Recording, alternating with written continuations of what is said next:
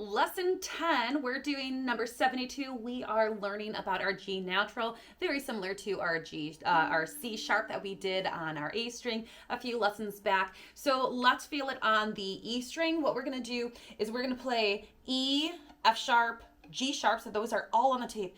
E, F sharp, G sharp, E, F sharp, G natural, F sharp, E. So we're just going to play that a couple of times so we can hear it. E, F sharp, G sharp high 2, F, open E, F sharp, low 2, that's G natural. Again.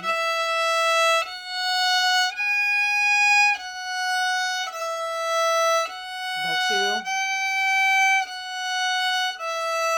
All right, let's pluck through our 72 and say it because it's been a while since we've had some stuff on the E string. So let's go through it.